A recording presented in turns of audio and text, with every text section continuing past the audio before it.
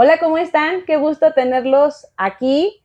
Bienvenidos sean todos. Y bueno, pues también le doy la bienvenida a mi queridísimo amigo Amiguísima, Lalo, ya bienvenida. pronto, neuropsicólogo. Ya Estaremos casi. compartiendo con ustedes algunas historias. Amigo, ¿cómo te sientes de estar Estoy, aquí? Nuestro primer video. Amigo, cuéntame. estoy bien contento de compartir contigo. La verdad es que estoy súper feliz. Deben de conocer a Almita. La verdad es que Almita es una mujer increíble y profesional, psicoterapeuta humanista, por supuesto. Y pues, ¿cómo ves? ¿Arrancamos el día de hoy? Arrancamos, amigo. Primer video, primer tema. Esperemos les guste.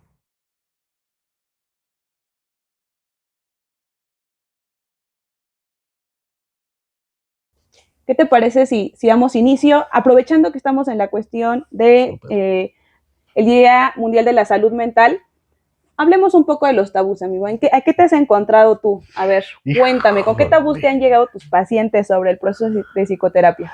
La verdad es que ha sido muy complicado, ¿eh? Muy complicado. Yo creo que podemos iniciar, Almita, desde tal vez nosotros como personas, ¿no? No sé si te pasaba a lo mejor en algún momento en la carrera, ¿no? De decir, híjole, pues ¿a poco todo esto existe? No, todo esta amplia, ¿no? Variedad de trastornos y demás, y situaciones emocionales, psicológicas, pero pues que tenemos que visibilizarlas, ¿estás de acuerdo? Para que Claro. podamos realmente nombrar y dar un buen tratamiento. Entonces, desde mi experiencia, la verdad es que lo más complicado para mí fue romper esas creencias erróneas y decir, híjole, Lalo, a lo mejor tienes esto, te está pasando esto, estás teniendo síntomas de ansiedad, de depresión, etcétera.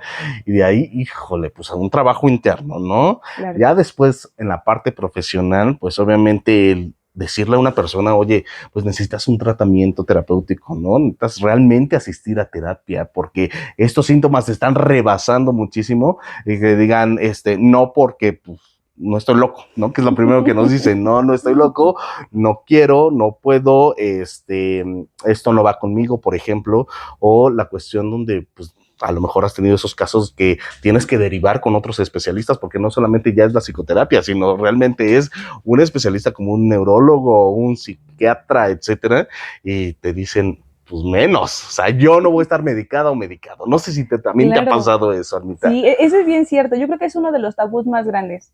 Que te dicen, ve al psicólogo. Ay, no estoy loco. Yo creo que ese es uno de los más grandes, pero fíjate que también creo que es el que más paraliza a la gente para llegar a psicoterapia.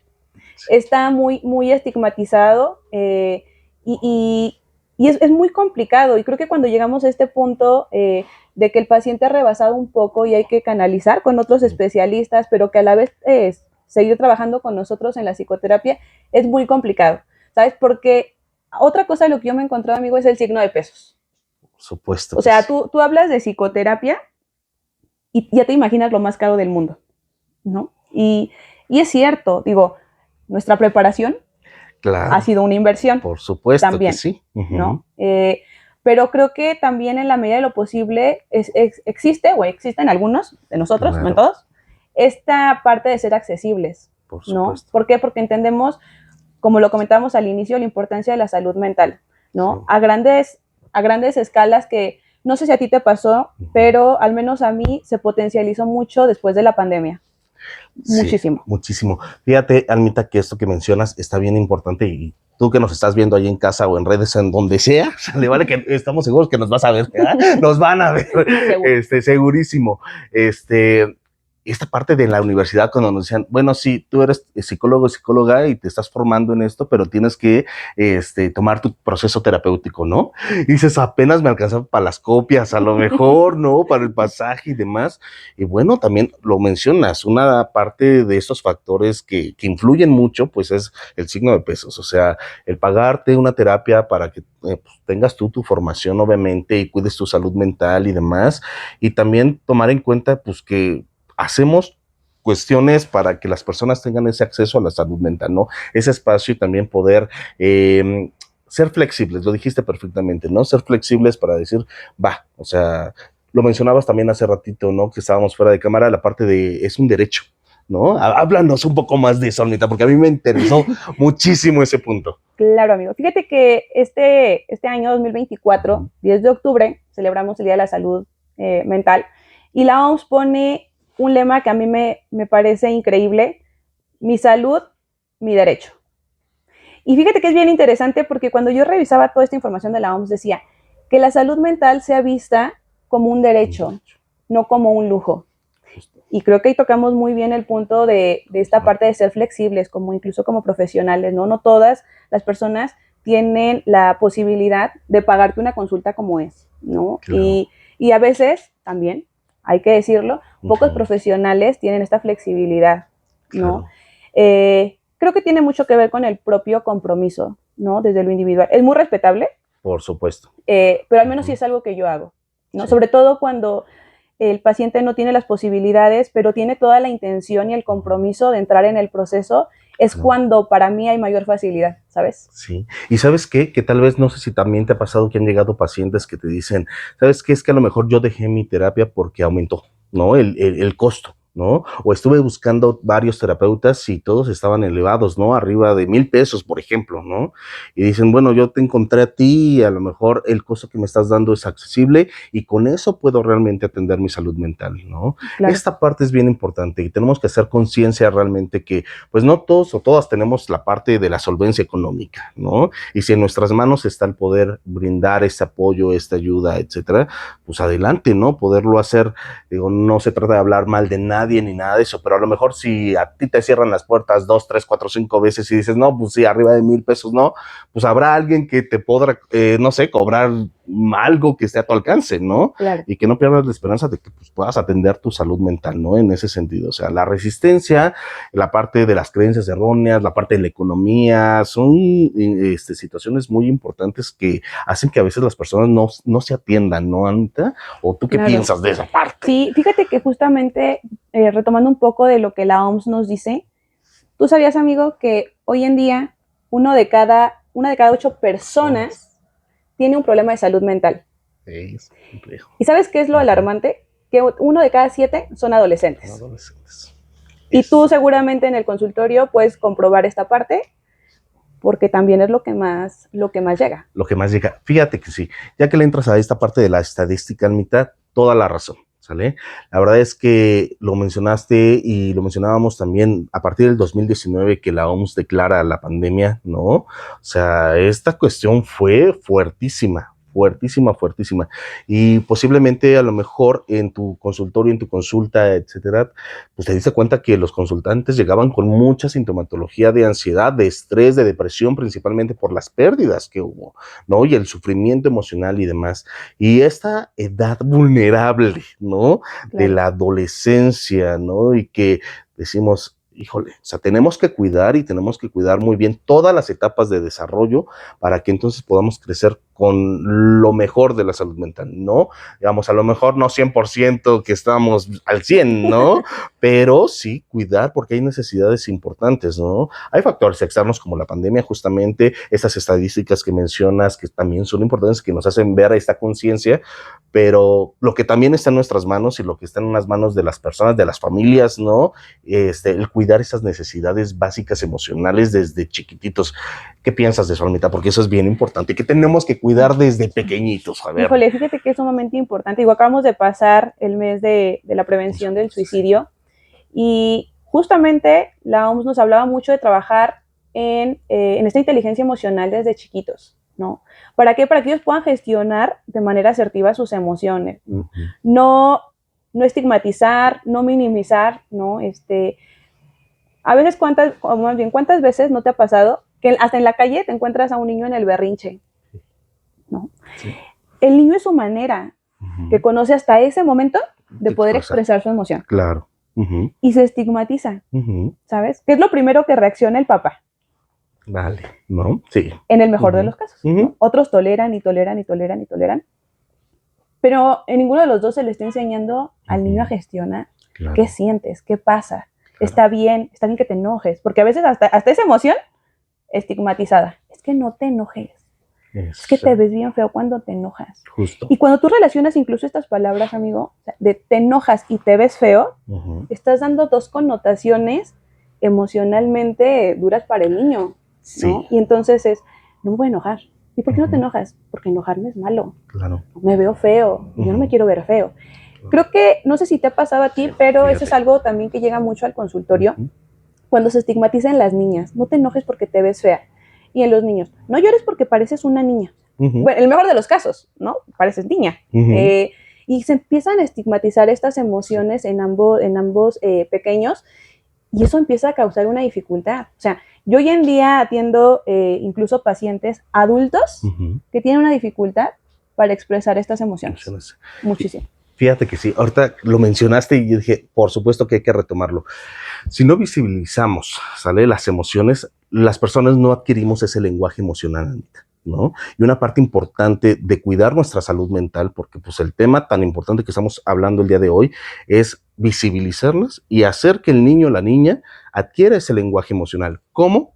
Que identifique sus emociones, las conozca, las aprenda a gestionar, porque si no lo trabajamos desde ese punto es muy complicado, ¿no? O sea, ¿por qué reprimen los niños o las niñas las emociones? ¿Por qué los adolescentes reprimen las emociones? ¿Por qué como adultos no llegamos a reprimir las emociones? No sé si te pasa que cuando te encuentras a alguien te dice, ¿qué onda? ¿Cómo estás? ¿No? ¿Y cuál es la primera respuesta que tenemos? Bien. Bien, ¿no? Como si el bien fuera un genérico de las emociones, ¿no? Exacto. El bien engloba absolutamente todo, ¿no?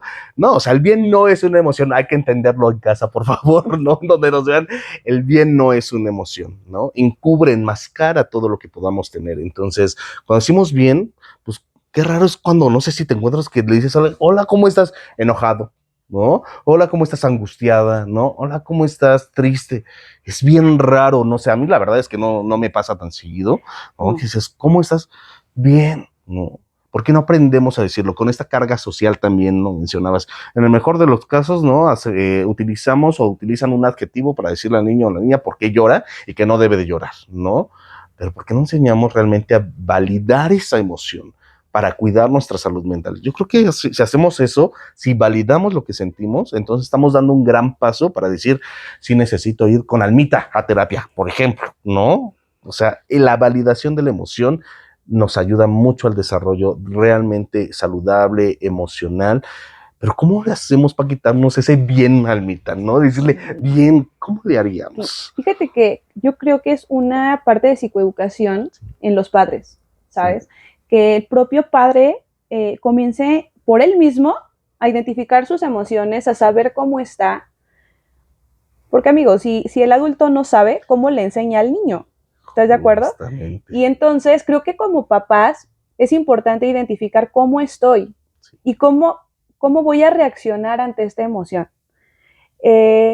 Porque fíjate, es bien curioso y es cierto. Es algo que yo trabajo mucho en consulta, esta parte de una vez que tú estás aquí, no existe la palabra bien, porque a mí no me dice nada. Nada.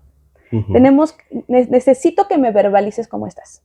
Claro. Ponle una emoción, un sentimiento a tu estar aquí. Y lo mismo al terminar la consulta. Y en ocasiones incluso se los dejo de tarea en casa, para que la familia se integre, porque si no en el chiquito va a ser muy complicado. Claro. Imagínate un papá que te diga, estoy bien y ya con su cara enojado. No, pues no. Y, Pues no. y el niño, ¿cómo estás, papá? ¿Cómo te fue? Bien. Bien. E incluso puede ser incongruente, ¿estás de acuerdo? Claro. Y entonces el niño desde ahí puede aprender. Estoy sintiendo algo, pero estoy expresando lo contrario. Por supuesto. Creo que una de las bases, amigo, es la psicoeducación otra vez. Y yo sé que como adultos es complicado, ¿sabes? Porque ya tenemos nuestra historia. Completamente, ¿no? Ya es más difícil, ¿no? Lo decimos, híjole, para que modifique ciertas creencias y demás, ya entraron como ciertos mecanismos erróneos en el pensamiento que ya hicieron que generalizaras, polarizaras, etcétera, y cambiarlos o reestructurarlos más bien es bien complejo. Cuando mencionas la palabra y esta parte de la psicoeducación, Almita, es bien importante, o sea, en un caso no es que digamos no significativo, demás o minimicemos, pero justo lo primero es qué pasa si no enseñamos a alguien desde pequeño a identificar esas emociones o gestionarlas, ¿no? O sea, es un trabajo importante, hay que psicoeducar como adultos, lo mencionaste muy bien, y qué pasa cuando el papá o la mamá comienzan a observar, identificar que el niño, la niña o el adolescente tiene conductas atípicas, ¿no? Atípicas del desarrollo, ¿no? O que la escuela, ¿no? Porque es súper importante esta área, te empieza a decir, ¿sabes qué? Es que pasó esto, y te dan toda la bitácora y dices, no es el que tengo en casa, no está pasando eso.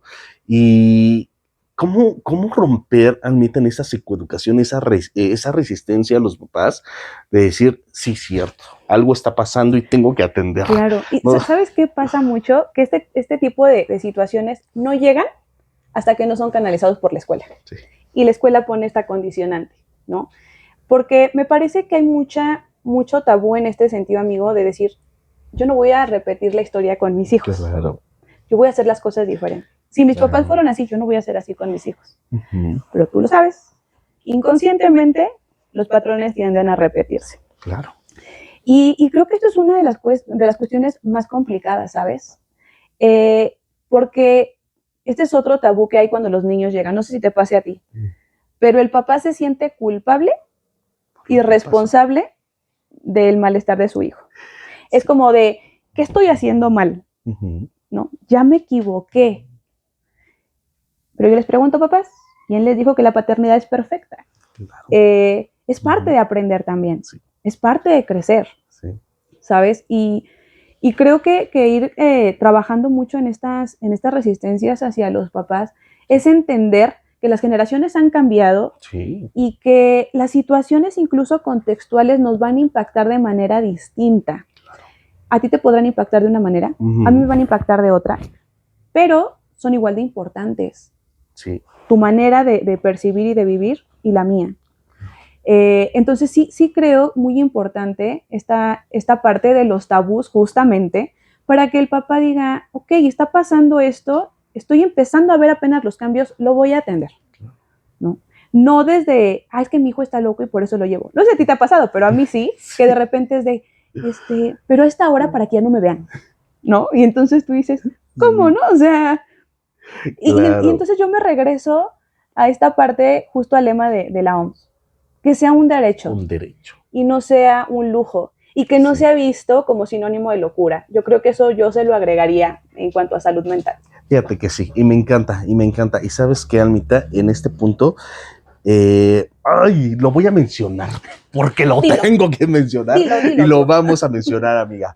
Porque sí, o sea, nuestro objetivo es que se cuide la salud mental, no cuidar de nuestra salud mental como adultos, cuidar la salud mental de los adolescentes, de las niñas, de los niños, papás, mamás que nos están viendo, cuiden la salud mental, por favor, de sus hijos, de sus hijas. Y como bien lo dijiste, primero yo para poder romper mi resistencia y atenderlo, ¿no? Pero hay un tema, híjole, yo creo que este tiene que ver que es otro de los tabús, pero también estas creencias y que entra, que se llama esta negligencia emocional. O sea, sí. Sabes lo que tienes que hacer a nivel emocional para cuidar tu salud emocional o cuidar la de tus hijos y no lo hago, ¿no? Claro. O sea, yo les pongo este ejemplo, ¿no? En la terapia de los papás o en las conferencias y decimos, a ver, pues es duro, ¿no? No es juzgar absolutamente a nadie, pero esta cuestión justamente de tú sabes que ya está pegando, ya está mordiendo, ya está aventando, ya ofendió, etcétera. O tú sabes que ya tiene 1000 crisis de ansiedad y entonces tiene pensamientos suicidas, tiene un proyecto suicida, ya tuvo intentos suicidas, ¿no? Y no estás haciendo algo, ¿no? Sí. Es frustrante. Bueno, a mí como terapeuta me frustra en ocasiones, también soy humano, por supuesto, no voy a decir no pasa nada, ¿no? A lo mejor también te pasa a ti, pero cuando caemos en ese punto de la negligencia emocional, de saber lo que tengo que hacer emocionalmente por mí o por mi familia o por mis hijos y no lo estoy haciendo y no lo quiero hacer, digo, es respetable, ¿no? Tenemos esta parte de decir que no se quiere dejar ayudar, pues no podemos hacer más, no podemos obligar a alguien, ¿no?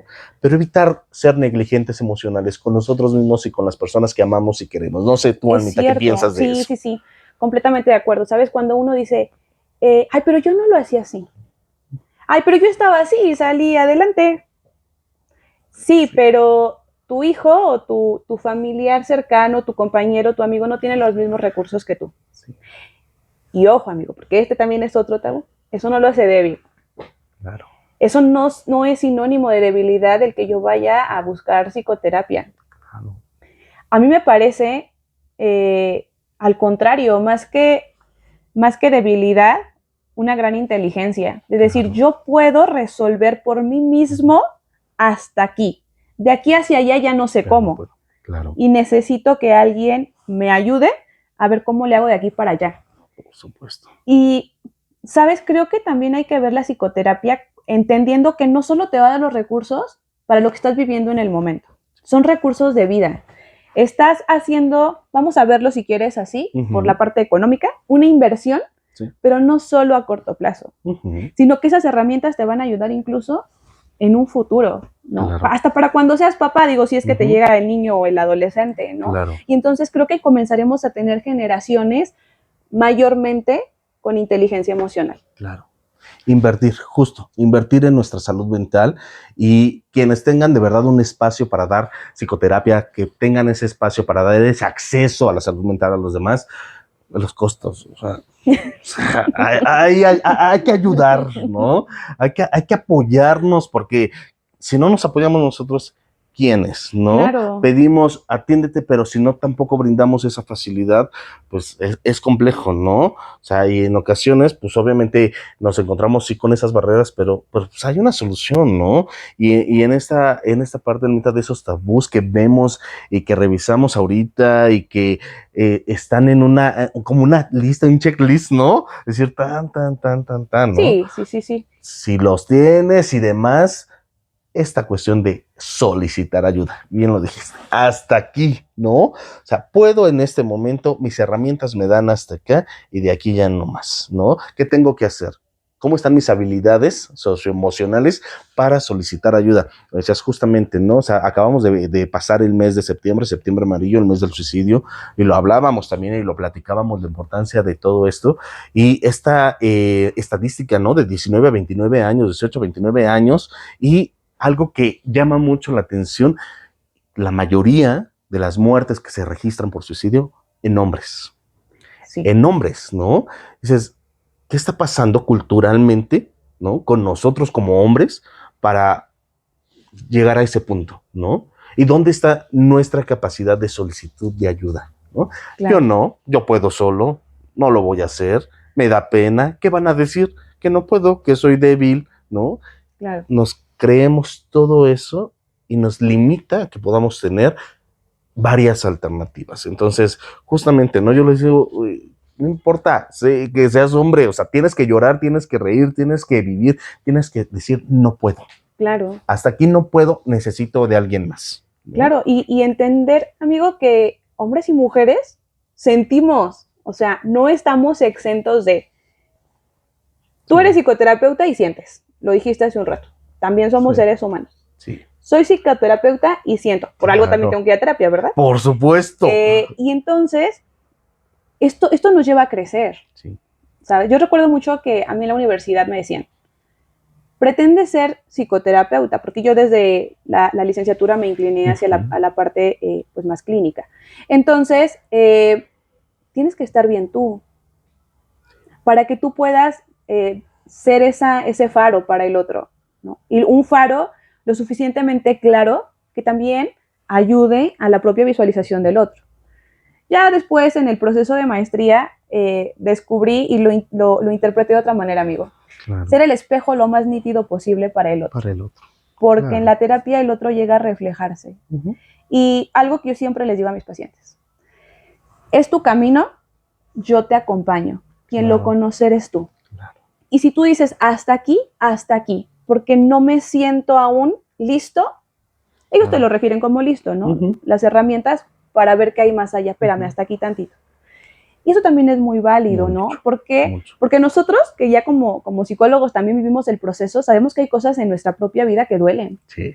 Y que de repente dices, espérame tantito, ¿no? Pero creo que validar esto, de que sentimos y que me puedo enojar y que puedo llorar. Yo siempre les digo, aún como adultos seguimos haciendo berrinches. Solo que hacemos berrinches de adultos, ¿no? Que son distintos, ya no nos tiramos al piso y pataleamos, pero también hacemos berrinches. Entonces, creo que desde nosotros, validar nuestras emociones y decir, sí estoy en mi derecho de sentirme así. Sí. Y empezar a romper nosotros solitos esos esquemas y esas barreras, ¿sabes? Sí. Porque si no, yo me cambio un poco al nivel ahora de terapeuta, amigo, y a mí, ¿sabes qué? Me alarma mucho saber que una persona pudo llegar a esta cuestión ahorita que tocas de suicidio, y llegó a ese momento por no tener incluso la posibilidad económica de atenderse. No sé a ti, pero eso es a mí que emocionalmente algo me pega mucho. Totalmente de acuerdo. Y sabes qué, a lo mejor es algo que yo no he escuchado tanto que se hable, pero llegan casos fuertes a nuestra consulta, amiga. O sea, llegan casos fuertes. Somos humanos, por supuesto. O sea, sentimos, ¿no? No se trata de victimizar a Claro, ni victimizarnos, de decir nosotros, no. Pero tienes un caso tan fuerte que sale el paciente, o sea, casi lloras o lloras y te das tus 10 minutos para recuperarte y entonces, pues darle con todo al siguiente, ¿no? O sea, sentimos. O sea, hay que validar esta parte del sentirnos y lo mencionamos también hace rato de, pues claro, por eso también vamos a terapia. Sí, claro, también nosotros como terapeutas necesitamos nuestro terapeuta, ¿sale? Por supuesto que sí, necesitamos cuidar esa salud mental desde todos los aspectos, ¿no? Y validar que estamos sintiendo, que estamos sufriendo, ¿no? Que lo que el otro nos está contando, pues por supuesto que hay herramientas psicológicas que decimos sabemos hasta dónde, pero pues ¿cómo no nos va a hacer sentir algo donde el otro está sufriendo? Claro. ¿No? O sea, tenemos que manejarlo, pues ya esa inteligencia emocional y demás, ¿no? Pero a veces, no, hasta eso de decir, tienes que entrar y entonces en la terapia tienes que entrar y no te tiene que doler y entonces tienes que estar firme y entonces cuando salga tu paciente firme y tú, espérame, ¿no? Pero pues también sentimos, Claro. o sea, sentimos y tenemos que cuidar todas estas emociones, validarlas, como bien lo dices, validarlas para poderlas atender. Si no las validamos, ¿cómo las vamos a identificar, amiga? Exactamente, exactamente. Y yo creo que eso va a ser el centro de todo, amigos, ¿no? Sabemos que existen muchísimo más tabús, ¿no? O sea, pero bueno, los que les compartimos ahorita son como lo que en general pasa. Y fíjate, para ir cerrando un poco, amigo, esta parte de entender que una especialización para la psicoterapia es sumamente importante, porque está en nuestras manos el bienestar emocional del otro. Esto no es de a jueguito, ¿no? No. No sé si a ti te pasó algo, pero a mí en la universidad hubo un maestro a quien yo admiro mucho y lo respeto mucho, y él nos decía, cada paciente que llegue a tu consulta es como un paciente que entra a quirófano. Tú no tienes el bisturín del cuerpo, pero bueno, visto desde la definición de psicología, pero sí la del alma y de la mente. Sí. Y tienes que ser muy cuidadoso, mucho, porque también de ti depende la otra persona. Y es una gran responsabilidad, ¿sabes?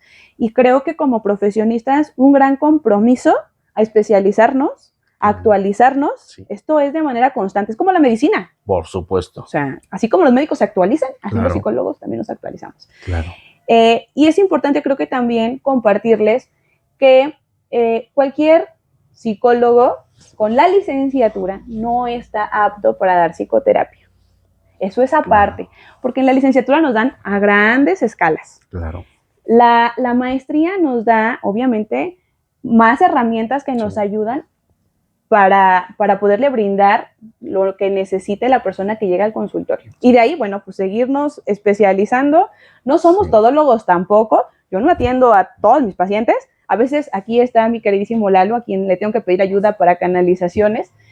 Pero creo que eso también es muy importante, amigo, que consulten cédulas profesionales, que pregunten a la persona con la que llegan a consulta, justo para esto, porque están poniendo su salud mental, emocional, psíquica en las manos de alguien, y creo que tienen que tener esa entera confianza de saber que con quien ustedes están, a quien están poniendo ustedes mismos, a sus hijos, a su familiar, pues está ahí, ¿no? También entiéndanos cuando decimos no atiendo esto, porque no somos todólogos, cada uno se va especializando, y creo que eso también habla de la gran ética profesional, ¿no? Y de la sinceridad y franqueza para atender. Fíjate que sí, hay una persona que sigo en redes sociales que tiene una frase que ahorita me hiciste recordarla, que siempre dice, consulta a los expertos, siempre que veo, claro que sí, consulta a los expertos, realmente, y tener justo esa humildad, nosotros como terapeutas, con lo que hemos trabajado, con lo que hemos estudiado y demás, lo decimos como, coloquialmente, zapatero a sus zapatos, ¿no? Decir, ¿sabes qué? Esto no está en mis manos. No está en mis manos porque en lugar de apoyar, podemos perjudicar el camino de esa persona, ¿no? Claro. Entonces, éticamente ser muy éticos con esta parte, decir, sí puedo atender esto no lo puedo atender, conozco más gente que puede atender esta situación y te puede ayudar más que a lo mejor yo, y ser humildes en esa parte, ¿no? Claro. Ser humildes y realmente encontrar un buen terapeuta, una buena terapeuta que cumpla con todas esas características que uno solicita y pide desde la parte de la profesionalización, ¿sale? Que cumpla con todos esos documentos, ¿sale? Que se requieren para poder brindar el servicio y que lo que haga, ¿sale? Porque puede tener mucho conocimiento, pero que realmente el conocimiento que tenga lo sepa aplicar y dé resultados, ¿sale? Claro. Eso es lo más importante. Y Almita, pues, qué gusto, ¿eh? Fíjate, qué sabroso chisme psicológico, ¿eh? Sí, y la La verdad verdad es es que que sí. creo que esta parte, amigo, de informarles, de compartirles, digo, si en algún momento tienen algún tema, alguna situación que les gustaría que tratáramos, con todo gusto, Por supuesto. con Lalo, con su servidora, con muchísimo gusto, vamos a estar compartiendo información, más desde esto, desde el chal, desde el chisme, desde lo vivido, ¿vale? Nos quitamos ahorita un poquito esta parte para poderles compartir que sea un contenido que para ustedes les sea atractivo, que les sea digerible, y bueno, pues que lo puedan compartir. Recuerden, siempre los profesionales, ¿ok? No tengan pena de pedir cédulas profesionales. A mí una vez me pasó, amigo, ahorita rapidísimo, antes de irnos, llega una mamá, me consulta para cita, y entonces me recuerdo mucho su mensaje. No se vaya a ofender, pero antes de iniciar la sesión, me gustaría ver sus cédulas profesionales. Amigo, yo adoré a esa señora, Claro, la amé, claro. y entonces recuerdo que cuando llegó a la cita me dijo, una disculpa, ella llegó apenada, y entonces yo le dije, señora, no tiene por qué sentirse apenada, se lo Claro. agradezco, porque si más personas hicieran esto, creo que estaríamos en otra realidad. Claro, Dije, porque es la salud emocional de su hija. claro. Y eso creo que es, yo le decía, y es un gran gesto de amor, porque está poniendo en las manos de alguien especializado la situación de su hija, ¿no? Por Y bueno, y si supuesto. yo no fuera, pues la canalizo con alguien según la situación, ¿no? Pero no se sientan apenados, de verdad, o sea, ustedes pregunten. Ahora sí que dicen que el que paga manda, ¿no? Sí. Entonces, háganlo, de verdad. Nosotros estamos en la mejor disposición. Es su Claro. derecho a saberlo, y si no, la página de internet, cédulas Ahí está. profesionales, ponen nombre y apellidos, y ahí les aparecen los grados académicos. Por supuesto. ¿Vale? Claro Pues que sí. amigo, un gusto, Amiga. nos seguiremos viendo Por con supuesto que con más sí. temas, ya Más sea temas. aquí en Los Espacios Cuentan Historias, con mi queridísimo Lalo, ¿no? Maestrante en neuropsicología, su servidora Alma, con la maestría en psicoterapia humanista. Muchísimas gracias, un gusto estar con ustedes, nos estamos viendo pronto. Bye. Bye.